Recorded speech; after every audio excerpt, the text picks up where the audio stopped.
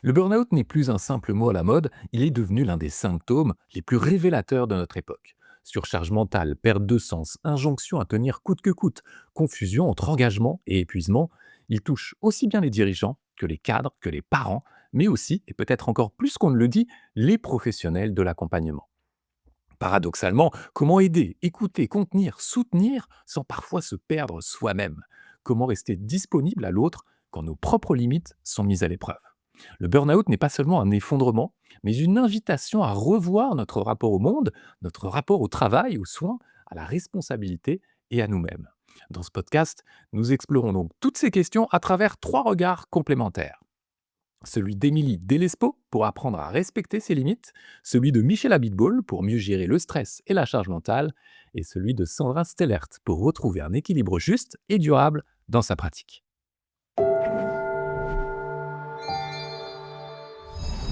Je vous rappelle que ce podcast est proposé ici dans une version gratuite et condensée, l'intégralité de nos échanges, mais aussi l'intégralité de tous nos podcasts qui sont pensés comme des ressources pour les professionnels de l'accompagnement.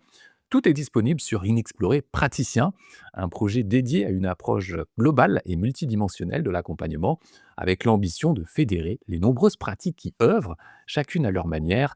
Dans ce sens, donc, n'hésitez pas à nous suivre, à nous rejoindre et à vous abonner.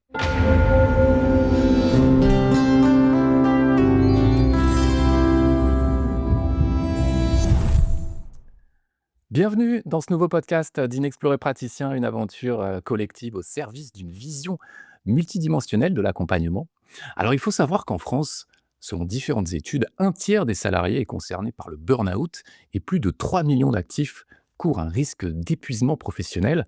Ce sont des chiffres élevés et en plus ces chiffres semblent augmenter d'année en année. Alors qu'en est-il chez les professionnels de l'accompagnement?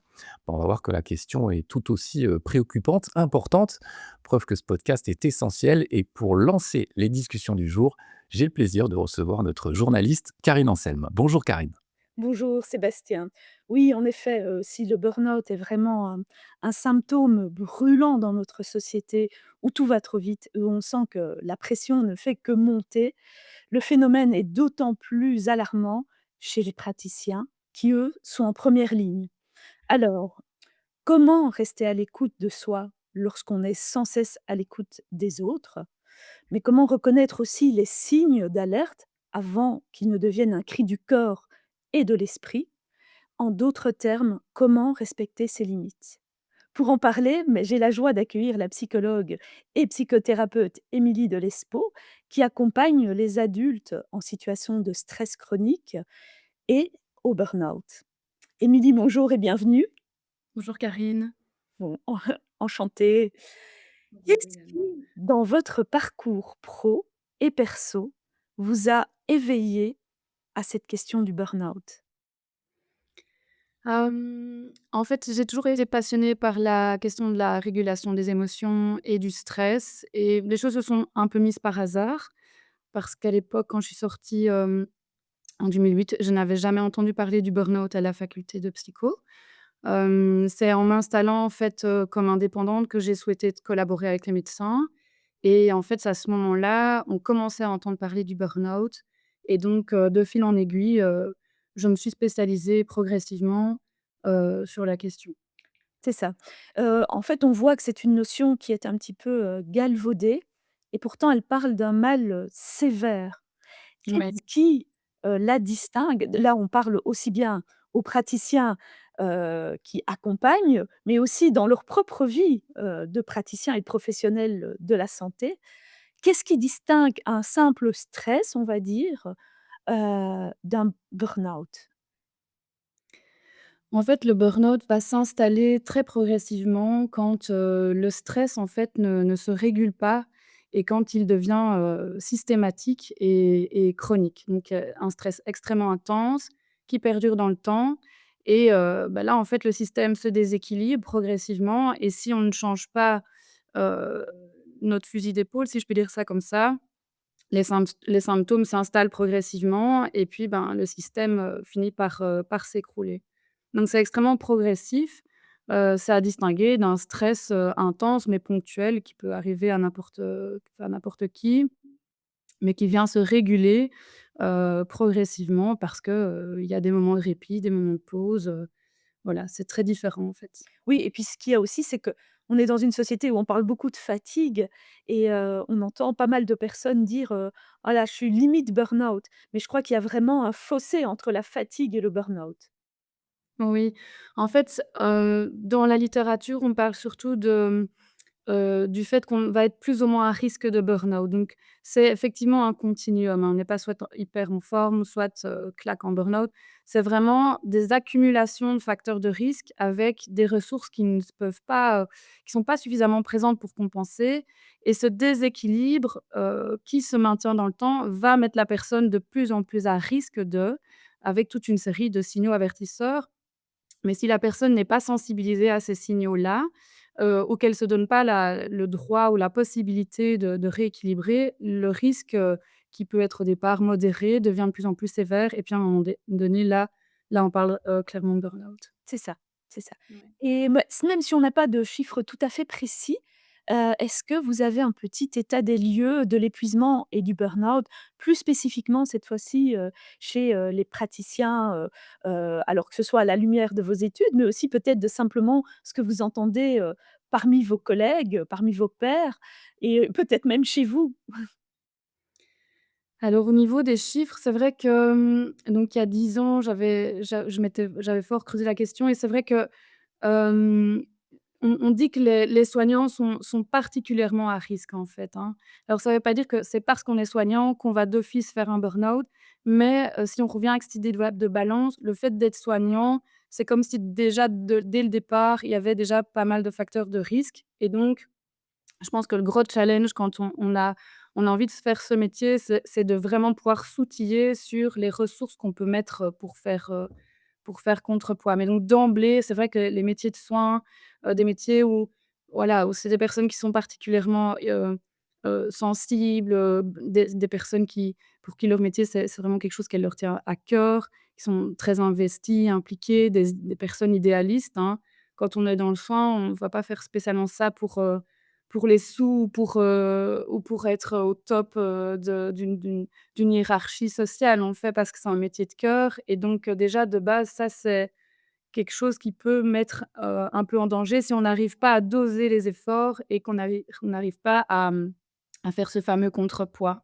Donc c'est déjà un point de vigilance, en fait. Cette Oui, spécificité, du métier qui, comme vous le dites, est vraiment à fort, engagement, et souvent aussi, ce sont des métiers de réparation, donc dans lesquels on met, beaucoup de poids, beaucoup de responsabilités et beaucoup de soi. oui. Donc voilà et justement peut-être, avez-vous étudié la question: pourquoi peine-t-on autant, outre ces spécificités, à poser des limites entre, beh, donc quelque chose qui est un idéal de soins et la disponibilité que l'on met. Pourquoi on n'arrive pas à doser et à préserver ses limites? Alors, il y a je pense qu'il y a une c'est une très, très chouette question, hein. Il y a vraiment une série de facteurs, je pense, qui va, potentiellement contribuer à cette difficulté à mettre des limites. Alors un gros facteur qui ressort des études, hein, donc il y a des études, notamment dans le burn-out parental, qui d'une certaine manière se rapprochent peut-être un petit peu du burn-out du soignant puisque ici, donc il y a le burn-out de professionnel soignant, burn-out parental et un des rapprochements, c'est vraiment on est dans le soin, dans le care et donc Ouais. moi j'ai débarqué dans une équipe de chercheurs qui creusait la question du burn-out parental et ce qui ressort très, très, très fort, dans ces études, c'est la notion de perfectionnisme, en fait. Oui. C'est quelque chose qui est pas du tout conscientisé, hein, donc les gens qui sont perfectionnistes ne se ressentent pas du tout comme étant perfectionnistes. Mais c'est vraiment cette espèce de tendance à l'hyper-implication avec des niveaux de standards, d'idéaux qui sont tellement élevés et cette envie de les atteindre, beh, qui va faire que, bah, ça mobilise énormément de ressources et cette espèce d'hyper-implication sans les ressources, supplémentaires va mettre la personne, en danger. Et ça, c'est j'allais dire dans l'air ambiant, en fait, c'est vraiment, quelque chose qui est, au niveau, macro-sociétal, hein. Donc c'est vraiment à la couche, culturelle. Donc c'est pas encore lié à l'individu en tant que tel. Il y a quelque chose il y a des habitudes, dans nos sociétés. Ici, moi, je suis en Belgique, mais en France, c'est pareil. Dans le monde occidental, on va dire, il y a une tendance à du perfectionnisme et ça déjà, ça je pense que ça empêche les gens d'emblée de conscientiser que, bah, en fait, avoir des limites, c'est OK, c'est naturel, en fait, c'est sain, c'est pas associé à une erreur ou à une faiblesse, c'est pas un manquement en soi. Sauf que, dans cette ambiance où il faut toujours faire plus, produire plus, consommer plus et donc en fait, on est, comme ça, faut faire, faut faire, faut faire et donc ça pour moi, c'est une première couche en fait. Il faut la question que vous posez, c'est un peu comme si, il y avait un oignon avec plusieurs couches Mmh. et ça, c'est pour moi la première couche. Après, tout le monde va pas développer, du perfectionnisme en soi, mais au niveau culturel, ça se balade, on va dire. Hem, Ensuite, il y a des choses qui sont plus au niveau, personnel. Si on exclut, l'environnement de travail de la personne évidemment, hein. Si on se concentre vraiment uniquement sur, le style de fonctionnement, il y a des personnes mais voilà, qui vont avoir des idéaux déjà très forts, et puis si on creuse encore, il y a, dans quelle mesure je me donne le droit donc, de me mettre des limites? Alors que j'ai été, par exemple, éduquée au «sois fort, fais plaisir, hem, continue, lâche rien». Donc ça c'est des couches un petit peu plus inférieures. Hem, il y a peut-être entre les 2 des aspects d'empathie. On peut être extrêmement sensible, extrêmement empathique, donc on n'a peut-être pas appris à monitorer notre empathie. On peut rentrer dans des états de saturation empathique parce qu'on n'a pas appris en fait à se connecter à l'autre, mais sans, plonger dans le sac, de l'autre en fait, hein. Donc c'est: je regarde ton sac, je suis avec toi, mais je reste connectée à ce que moi je suis en train de vivre et au fait que nous sommes 2 personnes différentes. Hem Et puis il y a une couche encore plus dans le fond, mais ça c'est du cas par cas et ça s'analyse, au cas par cas. Donc c'est des situations, je dirais, où la personne, elle a été, éduquée mais avec, Heu, il y a un vécu de traumatisme, par exemple, où il y a eu des intrusions au niveau de son tout ce qui est intégrité, physique ou sécurité de fond et donc en fait, je prends une image toute simple, mais c'est par exemple, qu'on n'a jamais eu notre chambre à nous, qu'on n'avait pas le droit d'avoir notre espace ou que quand on avait une chambre, on était obligé de laisser la porte ouverte et les personnes pouvaient faire intrusion. Donc c'est un exemple, «gentil» entre guillemets, hein. Mmh. Mais c'est vraiment des personnes qui du coup n'ont pas appris à conscientiser qu'elles avaient un corps, qu'elles avaient, des oui, une limite même au niveau de leur bulle, en fait. Il y a pas nécessairement cette notion de bulle et donc tout ça est très déconnecté et donc à ce moment-là, il y a vraiment un travail de reconnexion et on vient s'autoriser progressivement, C'est ça. à faire sa bulle, ouais. Et dans cet oignon, où peut se placer, la pression aussi? On le sait, maintenant souvent, par rapport aux soins, il peut y avoir une pression de la part des patients ou des consultants selon le type de pratique que l'on fait, qui ont, des attentes, parfois démesurées par rapport aux soins. Oui. Je la mettrais quand même dans la couche, en tout cas plus à l près du macro-sociétal, hein, dont je parlais tout à l'heure. Maintenant, ici, on est vraiment dans des aspects de contexte. Une personne qui va se retrouver confrontée à beaucoup de pression ne va pas d'office avoir des difficultés à mettre des limites, en fait, hein.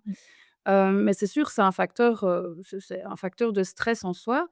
Hem, mais c'est vraiment tout cette notion de dans quelle mesure, là, j'estime que je fais suffisamment assez pour la personne.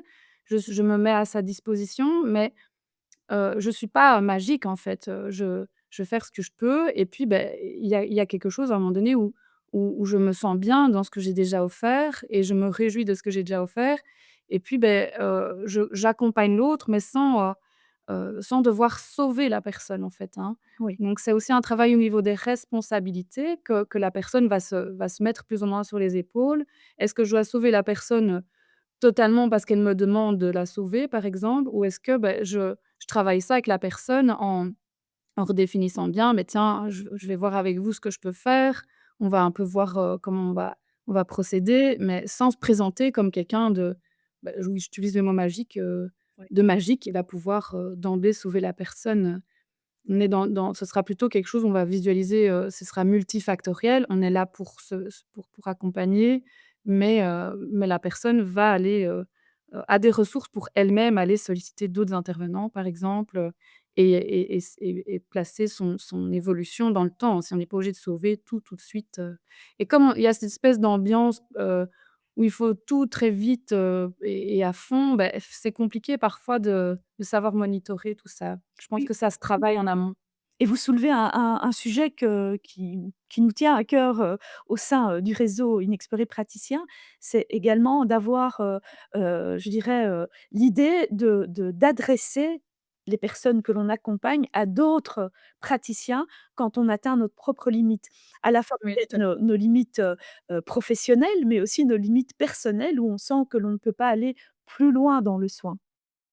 Oui, tout à fait. Je pense qu'il faut totalement pouvoir se l'autoriser parce que sinon il y a une espèce de pression comme de quoi faut résoudre tout de suite et en fait, c'est pas tenable, c'est pas réaliste, en fait. C'est vraiment chouette de pouvoir garder à l'esprit qu'il faut que ça puisse rester réaliste. Sinon, en fait, on se met en porte-à-faux et c'est là qu'on commence à rentrer dans des choses qui sont pas en équilibre, en fait. En tout cas, sur le moyen long terme, c'est potentiellement risqué. Et avant de parler de ressources, j'aimerais que comment dire? Vous nous aidiez à détecter les signaux faibles avant qu'ils ne viennent trop forts, en fait. Surtout en tant que soignant où, comme on le disait au début, on est quand même très habitué à se mettre plutôt à l'écoute des autres plutôt que de soi. Alors, quels sont ces signaux faibles et comment y réagir? En fait, ici, on est dans des logiques de prévention. Moi, je travaille essentiellement avec des personnes qui sont en burn-out, Oui. hem et donc hem, dans les 2 cas, moi, ce que je recommande, c'est d'offrir des espaces-temps, où on vient se porter notre attention sur ce qui se passe, au niveau du corps. Le corps, en fait, ce qui est pratique, je trouve, par rapport aux émotions, c'est qu'il y a quand même quelque chose de particulièrement concret que les gens apprécient beaucoup. Parce que, oui, quand on est dans de la prévention, moi, ce que je trouve qui est très compliqué, c'est que les gens sont pas toujours surtout ceux qui sont très, à fond, ils sont pas toujours très, ils parfois, ils ont besoin d'être acculés avant de pouvoir se dire: «OK, là, il se passe quelque chose», quoi, donc voilà. Mais si jamais ils envisagent d'être dans la prévention, je trouve que le corps, c'est vraiment, un point d'ancrage parce que donc c'est très concret. On porte notre attention sur ce qui se passe. Alors très concrètement, ça peut être des body scans, en fait, hein. On prend la peine, 5 minutes par semaine, par exemple, ou une fois par mois, ou éventuellement une fois par an. On va dire qu'on est déjà content, mais hem, où on vient, porter attention sur les sensations dans le corps, en fait, et éventuellement aussi au niveau émotionnel si on est habitué à traiter les émotions. Mais les sensations corporelles, donc s'il y a des contractions, s'il y a donc des tensions, s'il y a on a du mal à respirer, s'il y a le cœur qui bat plus vite, ça peut être des tensions au niveau dans la tête, la mâchoire, hem, la digestion, en fait, tous les systèmes peuvent être impactés. Alors on n'est pas impacté, tous les un être humain ne va pas être d'office impacté au niveau de tous ces systèmes, mais il y a un ensemble de systèmes qui peuvent être impactés et donc c'est ça que je pense aussi, je mets pas de parenthèse, mais qui fait que la question du burn-out est complexe parce qu'en fait, ça peut toucher des zones dans le corps qui sont extrêmement différentes d'une personne à l'autre. C'est un peu comme si on avait chacun nos talons d'Achille et donc c'est un peu un travail de très perso de dire: «OK, là, je sens qu'il y a quelque chose. OK, là, je pense que c'est lié à des périodes de stress». Hem et donc ces observations gagnent à être prises au sérieux d'une certaine ça, c'est toute la question aussi, hein, comment prendre au sérieux ce que notre corps nous envoie comme info et comment on va pouvoir se réguler très rapidement, en fait, pour revenir à des états de régulation. Et ça, c'est mon petit dada, pour le moment. Donc depuis que j'ai découvert la théorie polyvagale avec tout ce qui est régulation du système nerveux, je trouve ça extrêmement passionnant et particulièrement efficace. Et donc quand on observe des sensations dans le corps, on va se dire: «OK, ben là, je vais déployer ce qu'on appelle une, ressource, somatique», hein, dans la thérapie sensorimotrice Pattoggen, il parle de ça. Et donc on vient apporter une régulation, dans la zone du corps qu'on a, qui dont on observe qu'il y a une réaction et puis de toute façon de régulation globale et c'est un peu comme si on venait, f cleaner quoi. On clean, c'est un peu comme si on fait une grosse fête à la maison, puis on se rend compte qu'il y a de la vaisselle par-ci, il y a des trucs sales par-là, ben, on va cleaner en fait et l'idée c'est de pas accumuler pendant des semaines et des semaines, des accumulations de déchets, on vient cleaner régulièrement. Via des pratiques, somatiques extrêmement simples, mais qui sont pas du tout encore bien connues. On n'a pas encore le réflexe de dire: «Ah OK, là maintenant je peux venir réguler mon système nerveux», plutôt que d'attendre notre cours du yoga une fois par semaine si on a la chance d'en faire ou de faire un jogging une fois par semaine si on en fait. C'est vraiment on peut venir switcher dans l'instant. Moi j'appelle ça, switcher en mode chat qui ronronne et ça permet vraiment pour moi, c'est dans au niveau prévention, ça va être, une vraie possibilité de se rester protégé quand on doit faire face à l'adversité. Quand on est déjà en burn-out, ça va être, apprendre tout ça aussi par ailleurs, mais on doit mettre le paquet au niveau de la régulation du système nerveux qui est très dérégulé par ailleurs. C'est ça. Et donc au niveau des signaux, ça peut être très divers et varié d'une personne à l'autre et évidemment en fréquence et en intensité, c'est pareil. C'est vraiment, très varié.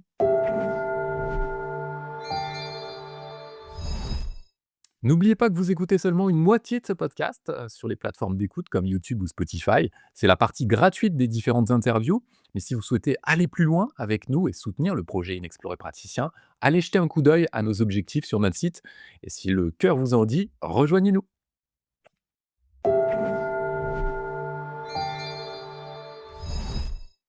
Aujourd'hui, on parle beaucoup de gérer le stress, d'alléger la charge mentale, mais qu'en est-il concrètement dans un quotidien de praticien où les consultations souvent s'enchaînent, au rythme, on le voit, de la hausse du mal-être dans notre société? Consultant spécialiste de l'accompagnement du changement, rompu aux neurosciences appliquées, Michel Abitboul, auteur de la boîte à outils pour prévenir la charge mentale, va nous équiper pour éviter l'épuisement et libérer de la bande passante. Michel, bonjour et Bonjour. bienvenue. Bonjour Karine, merci. Merci de cette opportunité, effectivement, de parler de ce sujet qu'on va explorer et qui est très important. Tout à fait. Tout à fait. Est-ce que la notion de charge mentale, est une invention récente, un effet de mode ou est-ce qu'elle a toujours existé? Parce qu'on entend beaucoup ce mot, à l'heure actuelle, mais on ne sait pas trop d'où il vient et on ne connaît pas trop sa texture. Hmm. Alors effectivement, ça c'est une question qui est vraiment cruciale sur ce sujet. On va définir juste un peu plus loin ce qu'est la charge mentale, parce qu'il y a aussi pas mal de flou par rapport à ce sujet. Le sujet de la charge mentale, alors aujourd'hui, c'est difficile d'ouvrir un magazine, un support, médiatique, sans avoir de référence autour de cette notion de charge mentale. Tous les magazines qui parlent de, l'entreprise, du management, du leadership, de la santé, du bien-être au travail, de la QVT et évoquent bien entendu les sujets de charge mentale. On a quelquefois un peu de mal à le définir. Mais effectivement, la question fondamentale que vous posez, c'est bien entendu, est-ce qu'aujourd'hui on a plus de charge mentale qu'hier? Ou est-ce que c'est juste, une tendance média? Finalement, la réponse, elle est oui des 2 côtés. C'est-à-dire que, premièrement, il y a une sorte d'emballement médiatique autour du sujet de la charge mentale et deuxièmement, on a plus de charge mentale que nos parents ou que nos objectivement, que nos parents ou que nos grands-parents. Alors si je fais un petit rétropédalage, qu'est-ce qui fait qu'il y a un emballement médiatique, en tout cas que la notion de charge mentale fait le buzz comme on pourrait dire? Si je reprends, historiquement le sujet, cette notion de charge mentale est arrivée par une sociologue qui s'appelle Monique Eco, qui a fait une thèse en sociologie et qui a déposé l'une de ses thèses en sociologie en 1984. Et elle n'a pas travaillé sur la notion de charge mentale. Par contre, sa thèse s'appelait «La gestion ordinaire de la vie en 2». Et en fait, cette thèse de sociologie, elle l'a expliqué dans sa thèse, le travail qu'elle a fait, c'est qu'elle a étudié finalement comment les femmes qui travaillaient de plus en plus, on est dans les années 80, fin des années 70, début des années 80, et elle étudiait la façon dont les femmes, finalement, travaillaient, notamment, en particulier, dans l'industrie. Il y avait beaucoup de femmes qui étaient ouvrières dans différents types d'industries. Elle a fait des études chez Renault et elle a fait des études en région parisienne et elle a fait des études chez Motorola à Toulouse et elle a étudié la façon dont les femmes organisaient leur vie. Et elle s'est rendue compte que ces femmes qui avaient une vie coupée finalement en 2, c'est-à-dire qu'à la fois une vie où, dans la journée, je travaille avec mes collègues et je suis en train de produire des pièces, des outils, en train de fabriquer des choses. Et puis finalement, dès que je rentre à la maison, je je vais m'occuper de ma vie familiale et j'ai cette responsabilité. Et elle s'est rendue compte que ces femmes avaient développé un certain nombre de compétences qui étaient complètement invisibilisées, et c'est ça qui l'a intéressée en tant que sociologue.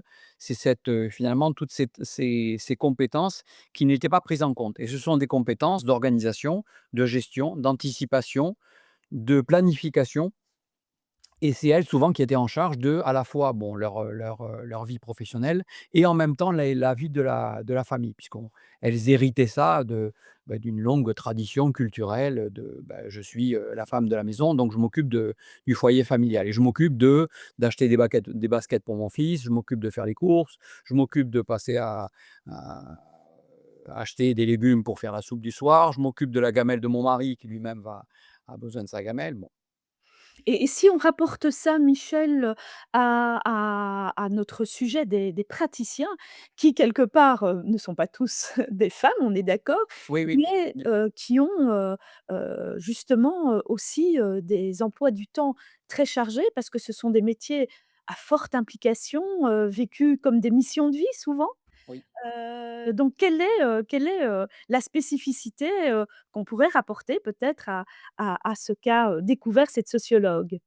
Alors, effectivement, il y a un lien direct avec tous ces métiers de praticiens, où on est obligé de développer un certain nombre de compétences qui ne sont pas obligatoirement, comment dire, identifiées clairement.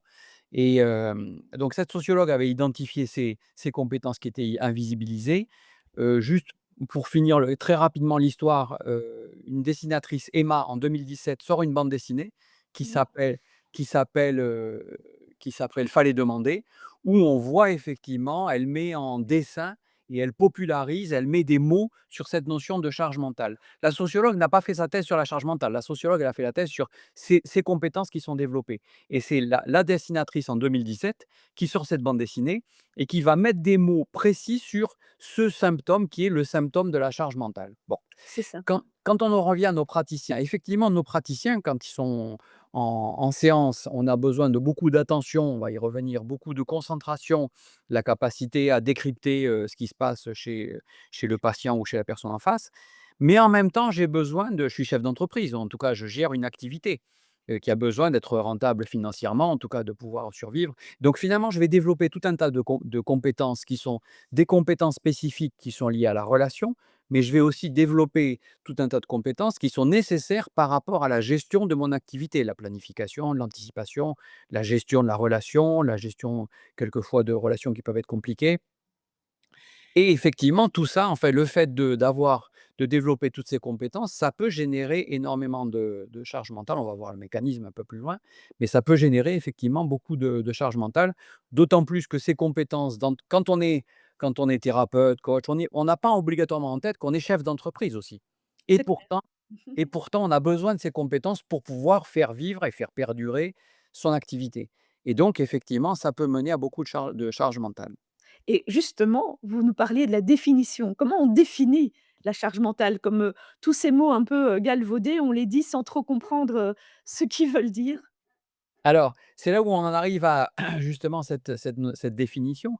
Quand les médias parlent de charge mentale, il y a beaucoup de confusion parce que à partir du moment où on a une responsabilité, on a une charge. C'est-à-dire que vous avez, en tant que parent, par exemple, on a la charge de ses enfants. On a la charge de sa maison, on a la charge de sa voiture. Et donc finalement, à partir du moment où on a une responsabilité, on a une charge. Et c'est pas obligatoirement un problème, parce que j'espère que quand on a des enfants ou quand on a, je sais pas quoi, un animal de compagnie, on a beaucoup de joie avec ses responsabilités. Donc avoir de la charge mentale n'est pas un problème. Et le vrai problème dont on parle, c'est finalement le problème de la surcharge mentale. La Mmh. surcharge mentale, c'est que c'est finalement quand on dépasse la capacité, le seuil acceptable de responsabilité et donc de charge. Et donc on en vient à cette notion à cette définition. Finalement, alors la charge mentale, ce n'est pas comment dire, une notion scientifique. Il y a assez peu de travaux scientifiques, académiques, je veux dire, qui sont faits sur la charge mentale. Par contre, les gens qui vont étudier cette notion de charge mentale et notamment de surcharge mentale, c'est des psychologues, des sociologues, des anthropologues, enfin dans le domaine des neurosciences qui est plutôt un domaine qui me concerne. Et là, ce qu'on va étudier, c'est plutôt ou la charge cognitive, c'est-à-dire finalement comment je traite l'information et à quel moment je peux avoir une forme de surcharge cognitive, j'ai trop d'informations dans ma tête où je suis obligé de traiter trop d'informations dans la tête en tête, première partie, charge cognitive et la deuxième partie, c'est la charge émotionnelle. C'est finalement par rapport à ce que je suis en train de faire, est-ce que ça me touche? Est-ce que j'ai des craintes par rapport à ça? Est-ce que ça crée de la souffrance? Ça crée de la douleur? Ça crée de l'inconfort? Ça crée du malaise? Et donc c'est cette notion de charge émotionnelle.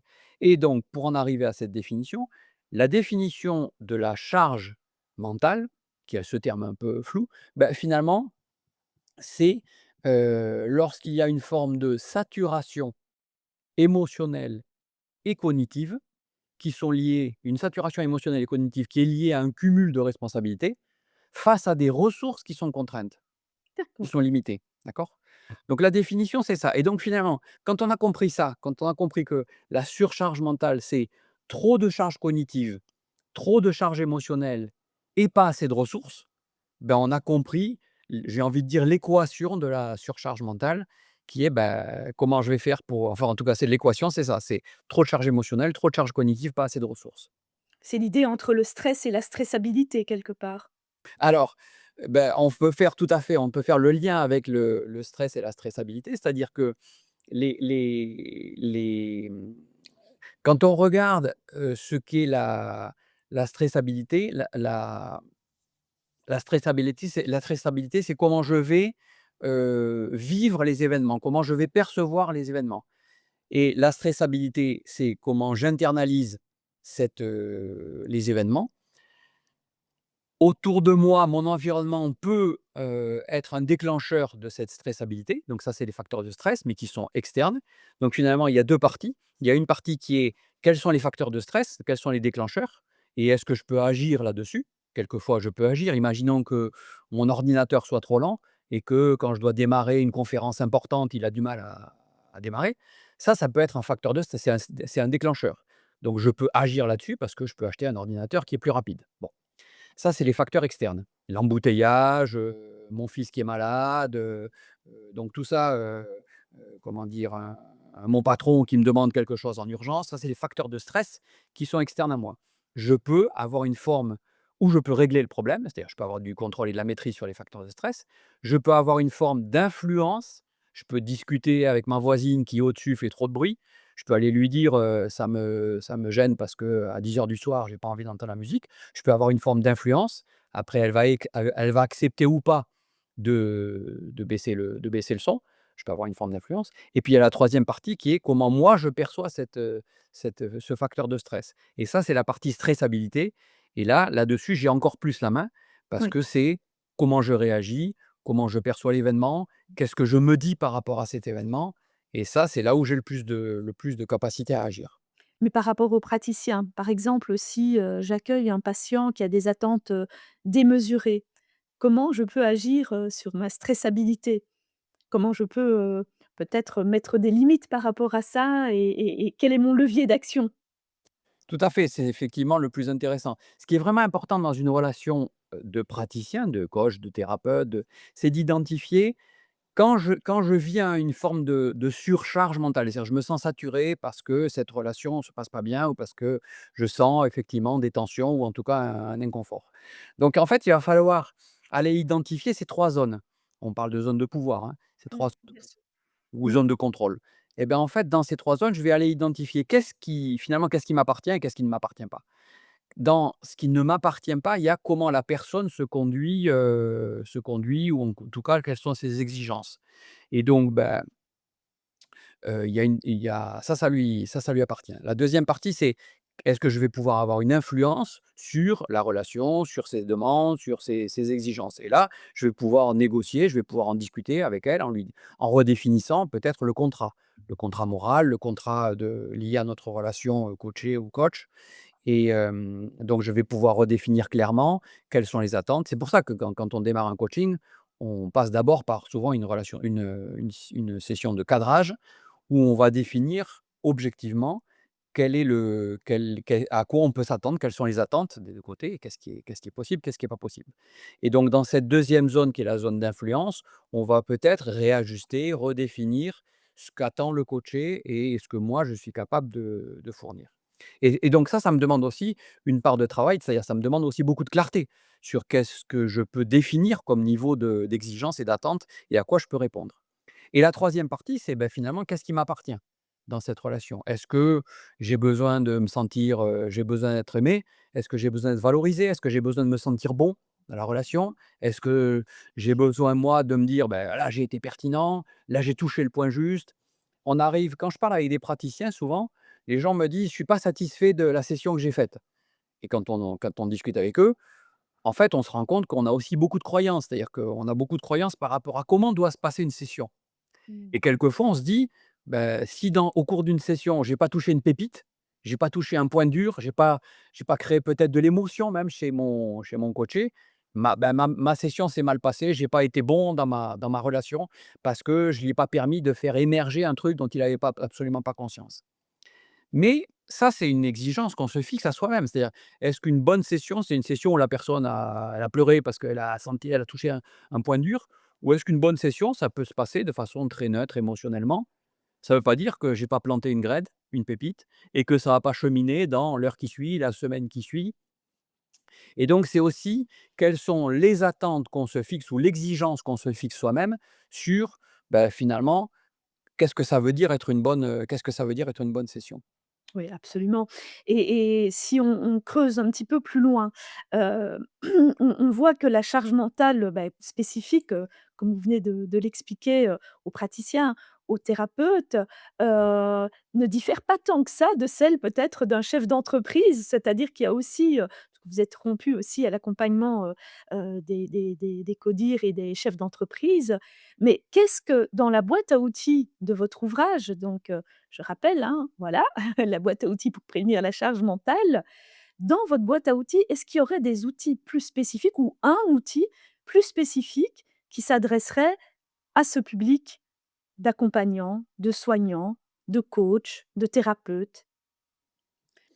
Alors, dans le bouquin, j'ai hésité à faire ce bouquin à faire cet ouvrage parce que, je lisais beaucoup de choses. En fait, j'intervenais beaucoup sur les sujets du stress, sur les leviers à l'épanouissement et les freins à l'épanouissement dans une activité professionnelle. Heu et quand je lisais dans les médias tous ces articles justement sur la charge mentale, il y avait beaucoup de trucs et astuces sur, comment régler sa charge mentale, comment abaisser, comment limiter, prévenir sa charge mentale. Et donc les trucs et astuces, bon, on les connaît tous, hein, c'est faire, je sais pas quoi, c'est faire sa matrice des Eisenhower pour identifier l'urgent et l'important, c'est, apprendre à respirer, c'est la cohérence cardiaque, tout ça. Et en fait, je lisais beaucoup d'articles, je fais énormément de veille, tous les jours, j'ai entre 5 et 15 articles sur le sujet de la charge mentale. Mmh. Et pourtant, je trouvais ça particulièrement insatisfaisant parce que j'avais l'impression qu'on abordait le sujet par le petit bout de la lorgnette, c'est-à-dire par les trucs et astuces. Et en Mmh. fait, quand on fait sa to-do list et quand on fait sa matrice d'Eisenhower, ce n'est pas satisfaisant parce c'est pas ça qui va résoudre le problème de la charge mentale. Et donc, quand l'éditeur là, nous a sollicité pour écrire un bouquin, au début, j'ai dit non. Je voulais pas aborder le sujet par le problème par l'angle des trucs et astuces. Parce qu'en fait, tant qu'on n'a pas compris que la charge mentale est liée justement à une charge cognitive importante, ou une charge émotionnelle et ou une charge émotionnelle importante, ou et ou a des ressources qui sont contraintes, donc ce triangle-là, charge cognitive, charge émotionnelle, ressources qui sont contraintes, tant qu'on n'a pas compris ça et tant qu'on n'a pas touché, tant qu'on n'a pas fait sa propre introspection par rapport à ces 3 sujets et tant qu'on clarifie pas ces 3 sujets, en fait, on peut utiliser tous les outils qu'on veut et en fait, on ne trouvera pas de solution. En tout cas, les solutions seront toujours insatisfaisantes. Alors je vais répondre à votre question, hein, mais j'ai besoin de faire cette petite introduction pour comprendre qu'il y a pas un outil magique, une baguette magique qui va faire que quand on l'utilise, paf, on a la solution et on n'a plus de charge mentale. Non, ça ne marche pas comme ça.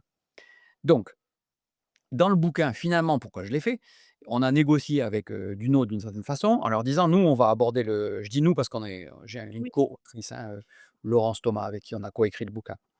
Et quand on a abordé le sujet, on leur a dit: «Nous, on veut bien aborder le sujet, mais on a besoin d'expliquer un peu en le substrat finalement. Qu'est-ce qui crée la charge mentale?» Ce qui crée la charge mentale, c'est les croyances, tout le traitement, la cognition, c'est la gestion émotionnelle et c'est la capacité à gérer ses ressources.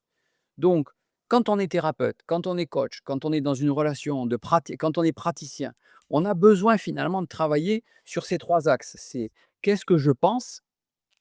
Comment je traite l'information et comment je vais peut-être me mettre dans des situations compliquées face à mes patients, mes coachés, et donc j'ai besoin de travailler là-dessus.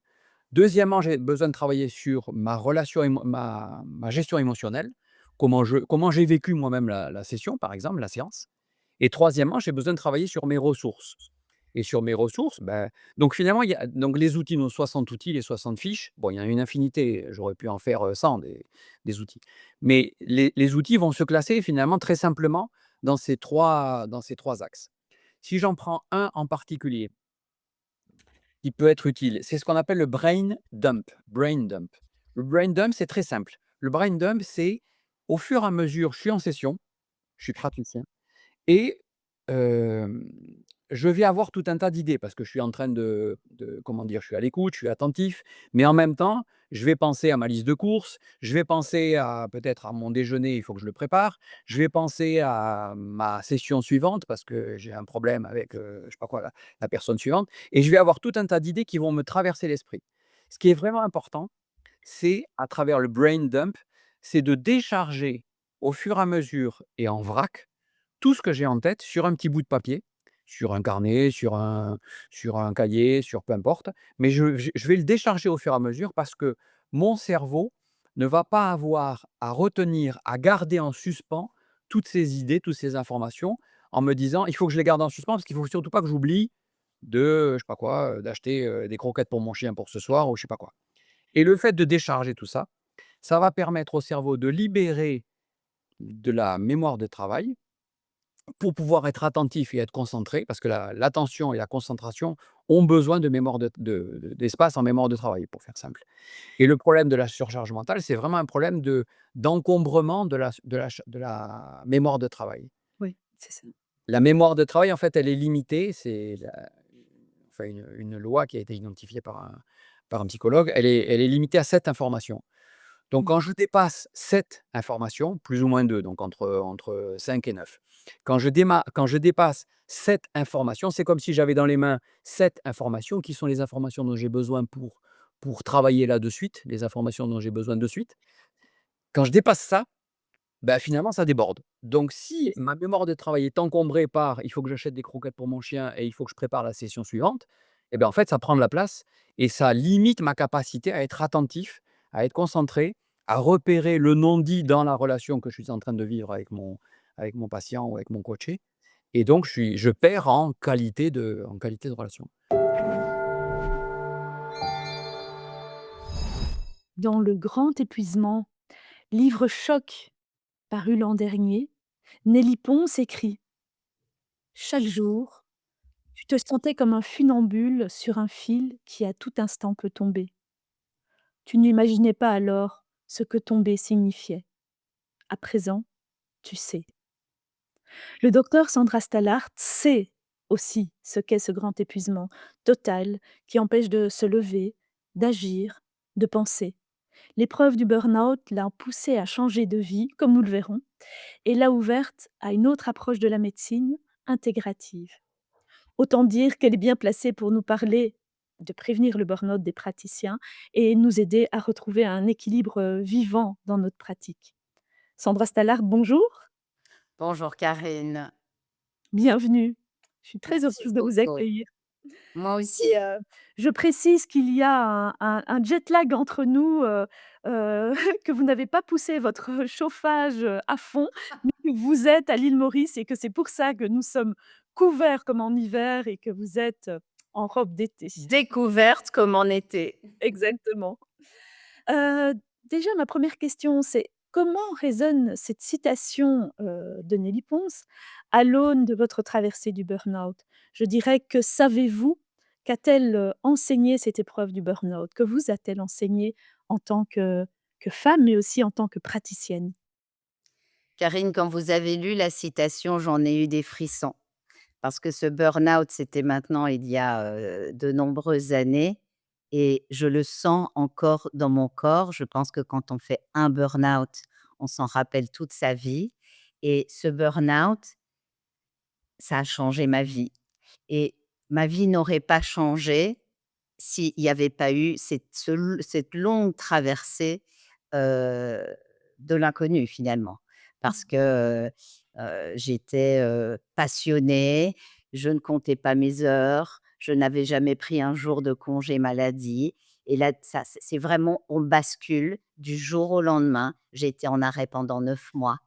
Même moi, je ne voulais pas y croire, je ne comprenais pas encore à ce moment-là pourquoi on m'avait mis à l'arrêt. Mmh. C'est le fameux déclic dont on a parlé, dans la partie précédente, c'est pas simple soi-même de savoir qu'on est en burn-out et peut-être, beh, justement, quels ont été, même si vous les avez pas perçus sur le moment, quels ont été les signes avant-coureurs qui pourraient aider nos praticiens à ne pas aller jusque-là?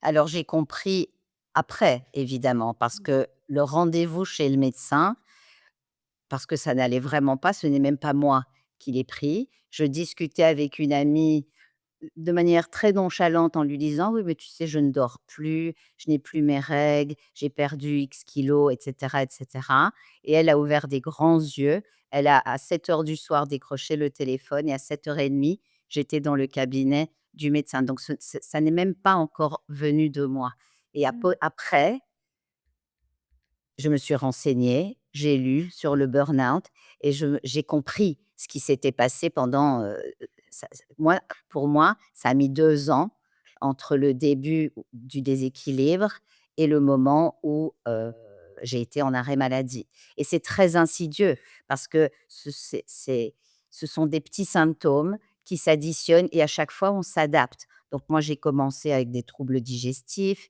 j'ai eu des problèmes de règles, j'ai même été en aménorrhée, je ne dormais plus, j'avais des crises d'angoisse, enfin tout ça, ça s'est vraiment construit petit à petit et c'est pour ça que c'est vraiment insidieux parce qu'on ne s'en rend pas compte et à chaque fois on se dit: «Oui, mais c'est pas grave, ça va passer» et quelque part, oui, ça passe, mais jusqu'à la prochaine fois et votre corps, lentement mais très sûrement, il s'épuise jusqu'au jour où on bascule de l'autre côté et quand j'ai basculé de l'autre côté, les premières semaines, mais même les 3 premiers mois, le simple fait de faire 100 mètres pour aller à l'épicerie du coin, c'était déjà de trop. Donc c'était l'activité de la journée. Oui. Je ne me reconnaissais plus, en fait. Mmh.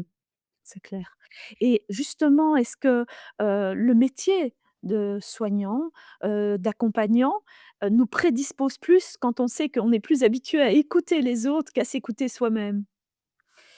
Alors absolument, mais au-delà de ça, c'est peut-être quand on est passionné par ce qu'on fait, hein. Les soignants sont fort sujets au burn-out parce qu'il y a vraiment une grosse responsabilité, au niveau du travail, mais c'est de loin pas la seule profession qui est sujette au burn-out. Je pense que quand on est passionné, on ne compte pas et quand on ne compte pas, ben, c'est au détriment de notre santé. On ne voit pas le temps passer. Vous savez, quand on est passionné, on est dans le moment présent et puis il est 10 heures du soir et puis ça s'arrête et puis on se rend compte qu'on est fatigué et puis on n'arrive pas à dormir. Donc, heu et il faut faire attention et ce podcast est vraiment très important parce que quand on se renseigne à l'avance et qu'on sait ce qu'il peut éventuellement arriver, ben, on peut peut-être plus facilement anticiper. Oui, c'est sûr.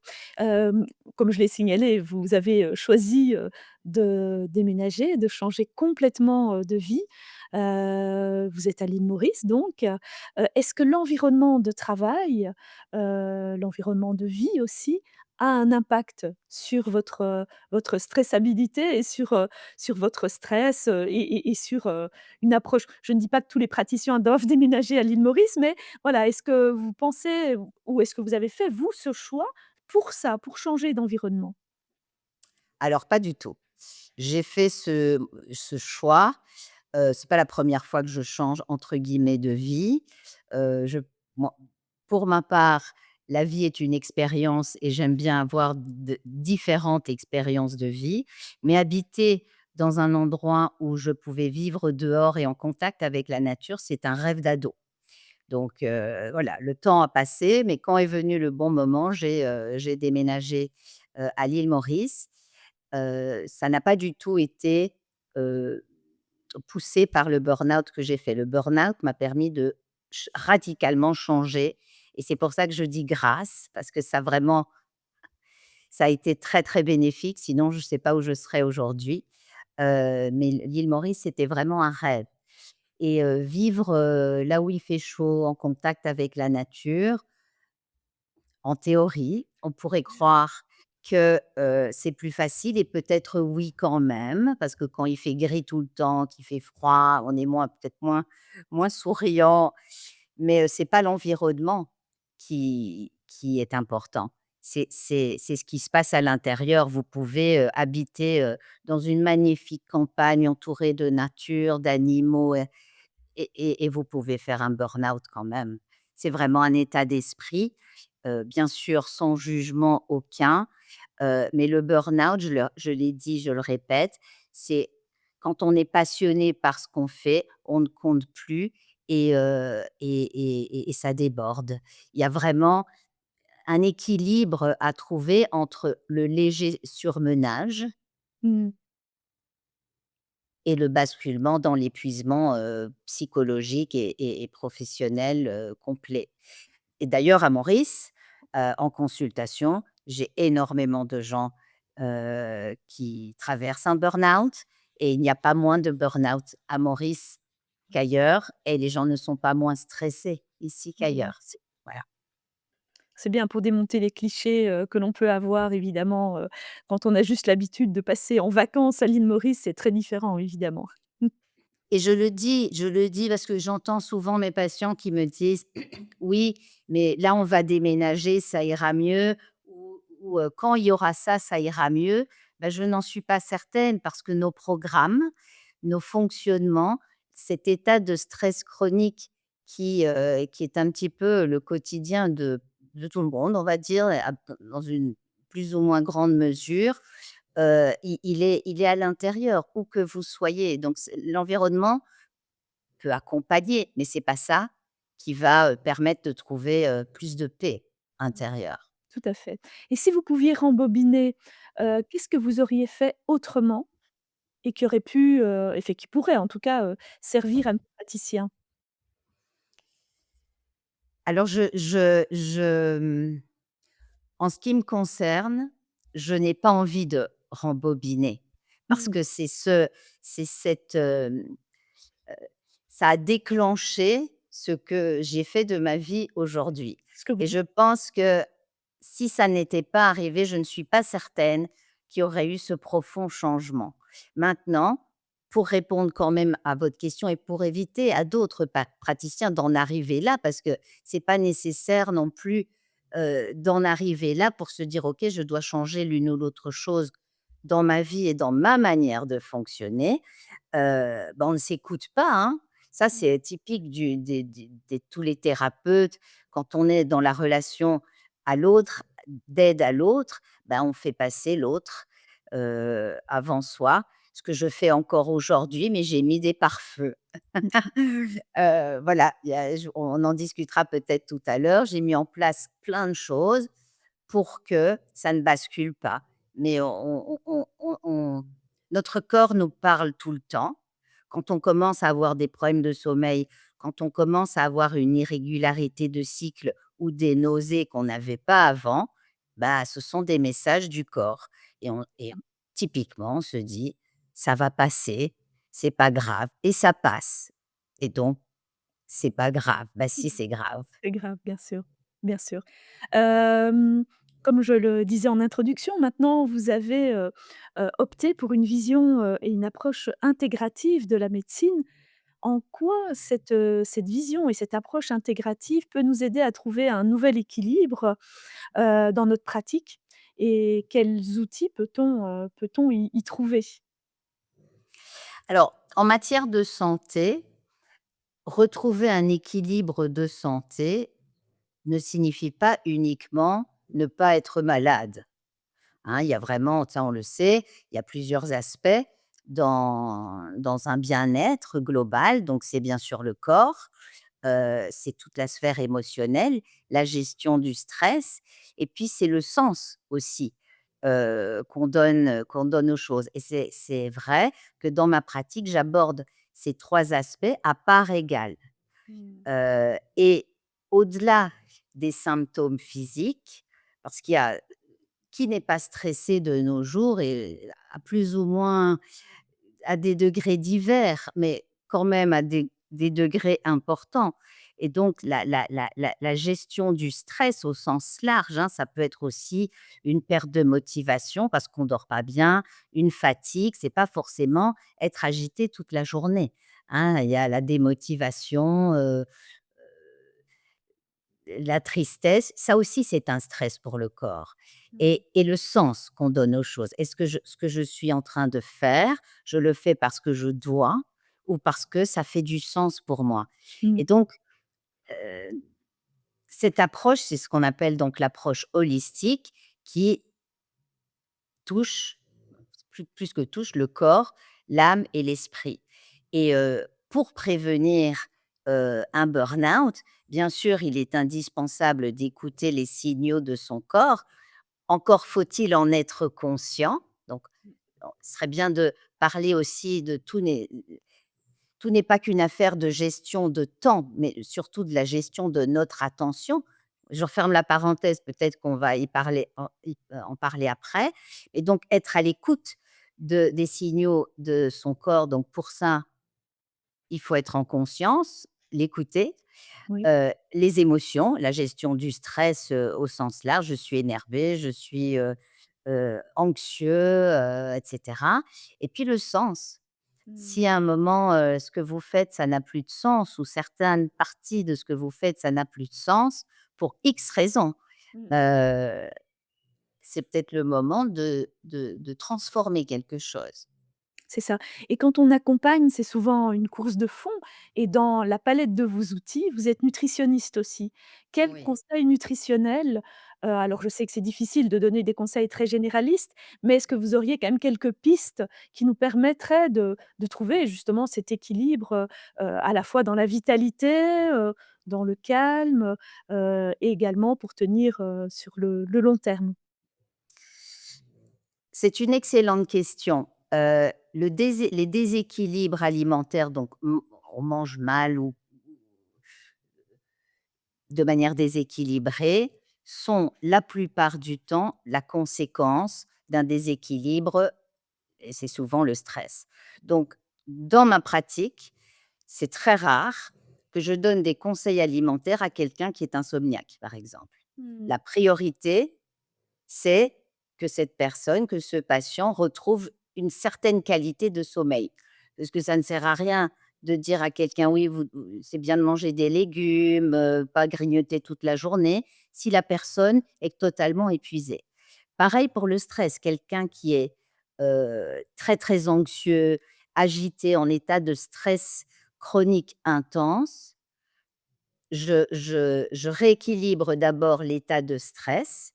Ça peut être en une consultation, hein, où Mmh. on se sent un petit peu mieux et je dis après: «OK, une fois que on commence à lâcher, la fois prochaine, on discute alimentation».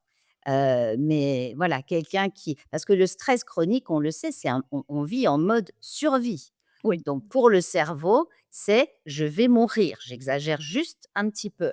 Donc quand on est en mode survie et qu'on doit sauver sa peau, l'alimentation, c'est secondaire. Mmh. Mmh. Mais en prévention, est-ce que Alors oui, alors en prévention, alors manger équilibré, c'est pas compliqué. Moi, je dis à partir du moment boire de l'eau, ça, il faut boire de l'eau. Souvent, on n'en boit pas assez. L'idéal, ce serait de boire 1,5 litre à la louche, hein, ça dépend de la corpulence, par jour. Le thé, le café ne comptent pas dans l'équation parce qu'ils déshydratent. Donc déjà, s'hydrater correctement, heu, manger assis à une table, de préférence en ne faisant rien d'autre. Donc pas de télé, pas de téléphone, ça c'est déjà tout un programme.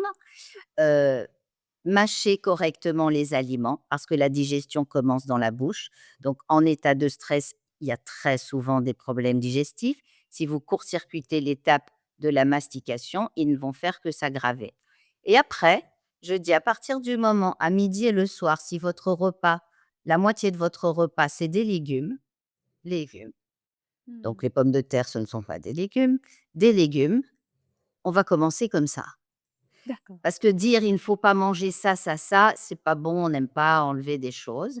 Mais conseiller d'ajouter une belle quantité de légumes comme on aime, avec plein d'épices, plein d'herbes aromatiques, c'est déjà délicieux. Ça diminue le plus souvent l'acidité du corps, les fibres, le transit. Donc voilà, des légumes et on ne mange pas assez de légumes. C'est ça. Pour aller plus loin, sachez qu'Inexploré Praticien, c'est un espace dédié aux professionnels de l'accompagnement qui souhaitent inscrire leur pratique dans une vision globale, dans une vision multidimensionnelle. On construit un espace pour croiser les approches, nourrir la réflexion, partager des ressources et faire évoluer ensemble les métiers de accompagnement entre science et spiritualité. Toutes les informations sont à retrouver sur Inexploré Praticien.